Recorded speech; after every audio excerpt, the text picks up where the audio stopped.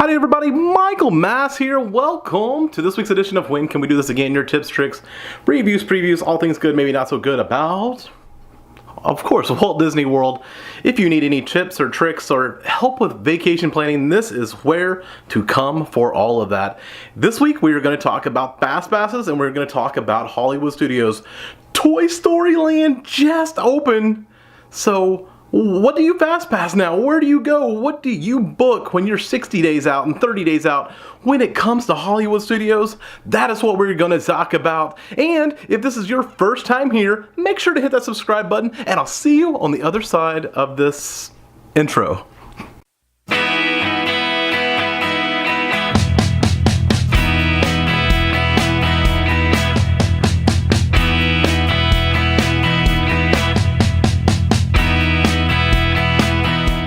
Okay, so Toy Story Land is now open, and what do you book? Slinky Dog Dash, the Alien Saucers, Toy Story Mania. What? I want to write them all. I want to write them all. I want to write them all. Tell me, if you've been there already, what did you Fastpass when you got to book it?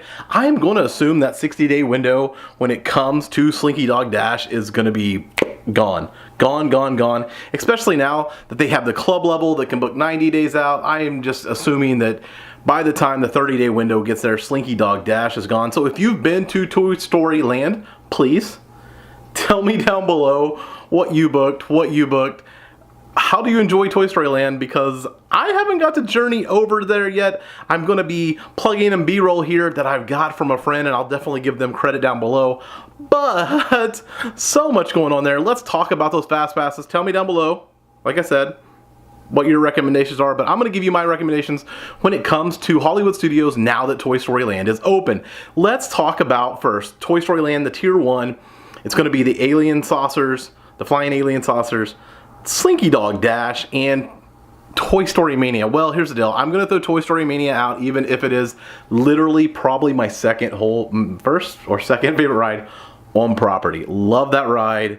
But you know what? I've rode it a million times. Going to throw that one out. It's not going to be one of my priority Tier 1 Fastpasses. My priority, I think it's, we've already talked about it, Slinky Dog Dash. Slinky Dog Dash has to be #1 priority when you're booking Fastpasses 60 days out, 30 days out. Anytime you see a Slinky Dog Dash, that is going to be the Fastpass to obtain when it comes to Hollywood Studios now. You definitely have to try to get that Fastpass. The next thing is going to be the Flying Alien Saucers. I don't really think that Fastpass, I mean, it's going to be booked up. It's going to be kind of like Navi River over in Disney Animal Kingdom. It's going to be something that books up, but it's going to be available a little bit more often than that Slinky Dog Dash. That Slinky Dog Dash is going to fall into the order of things like Flight of Passage, Frozen Ever After, and Seven Dwarfs Mine Train, where that is the first Fastpass that is going to book up at that park any day of the year. Like, that will be the Fastpass that's going to be the hardest to get. So now, since Disney's Hollywood Studios, wow, that's a whole nother video. Disney's Hollywood Studios has changed the Fastpass tier system. So those three Fastpasses in Toy Story Land are Tier 1, those three. Now everything else falls into Tier 2. This is where it gets fun. Now you have Rock and Roller Coaster Tower of Terror in Tier 2. So guess what? Those are probably, for the majority of people without kids, or without little ones who can't ride those are the Fastpasses that will be gone the quickest. So I definitely would say Rock and Roller Coaster, Tower of Terror, and Slinky Dog Dash are my top 3 there. Obviously that Tier 1, Slinky Dog Dash, but when it comes to Tier 2, those other 2 are going to be the quickest. Everything else is kind of going to fall underneath that. I mean, if you have little ones and kids, then obviously you're going to find the other Fastpasses more appealing, but if you're just straight out booking for knowing what the most competitive Fastpasses and the Fastpasses you must book while at Disney's Hollywood Studios, it is definitely going to be those. Now, let's talk about the rest of the things that you could Fastpass. You will have Fantasmic as an option, which I do think that's a viable option, but once again, when it comes to shows, I'm not really booking that Fastpass unless I'm literally going to the park to see that show that night, or if it is like after 4 o'clock and it pops up on my Fastpasses, I would not book Fantasmic unless it's that. Then I definitely would book the Fastpass for Fantasmic. You also have Star Tours. That's the motion 3D ride and not on my list of things to do, but if you're a Star Wars person, I would say that's definitely a must book in that park.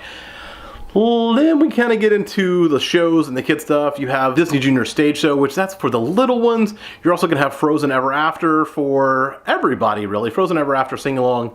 That's a great thing to book as well. Then you will also have the Little Mermaid and the Indiana Jones stunt shows. A lot of shows when you look at Disney Hollywood Studios, Beauty and the Beast, those things you could book up for the fast passes. Like I said, it's really only going to come down to me for what the must fast passes will be for Disney Hollywood Studios.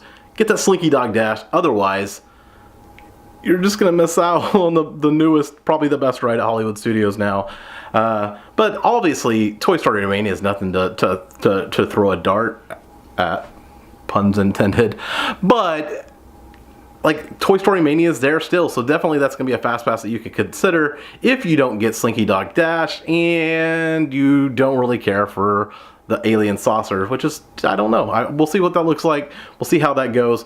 So the 3 must fast passes for me, as I've said, Slinky Dog Dash, that's going to be a really hard one to get. I definitely want to get me some Slinky Dog Dash in, and hopefully I'll be able to get that on my next trip over. As well, you're going to want to get Rock and Roller Coaster and Tower of Terror. Those fast passes definitely are your must fast passes over there. If you have little ones, then you might want to look at Star Tours, you might want to look at Frozen Ever After, and you might want to look at Fantasmic.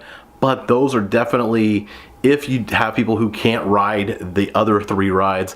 What do you think are the must fast passes at Disney's Hollywood Studios now that Toy Story Land is wide open? Everybody's in there running around and having fun and being little toys. To shrink to the side of toys. Now that that's happened, what do you think? Tell me down below in the comments, guys. I hope you've enjoyed this. I hope I get a full trip over there soon. If you like this video, hit that like button down there. As well, thank Lee over at Theme Park Ohana for the B-roll of Toy Story Land, because I haven't got to go yet. I'm gonna get there soon. As soon as my summer blackout season's over and I'm back in Florida, I will be there. You can guarantee it. But hit that like button, hit that bell next to the subscribe button if you've already subscribed, right? There's a bell right there. Hit that bell next to the subscribe button to get all the notifications. I'm gonna get out of here. I hope you have enjoyed this week's episode of When Can We Do This Again? And I hope to see you again so that we can do this again. Bye-bye!